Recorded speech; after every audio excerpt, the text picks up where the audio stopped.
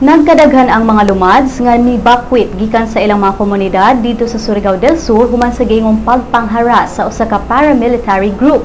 Ang mga manobos nga nibakwit gikan sa ilang ancestral lands misaka na gikan sa 362 ngadto sa 445 nga gilangkuban sa mokabat 2,236 ka mga tawo. Si Surigao del Sur Governor Johnny Pimentel kasamtangang nakigtagbo sa mga partidong apektado aron masulbad ang kagubot dito sa lungsod sa San Miguel, San Agustin ug Tago. Mokabat 20 ka mga lumad communities ang nagpuyo niining tulo ka mga lungsod sa Surigao del Sur.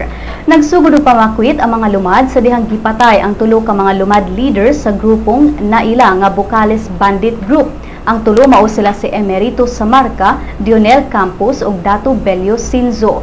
Sa pagkakaroon, ang mga lumad nagpuyo sa Provincial Sports Center sa Surigao del Sur din usab gihaya ang lawas sa tulo ka mga lumad leaders. Mga militanteng kongresista ug netizens may react sa hitabo sa Surigao. Ani ang ilang reaction sa Twitter.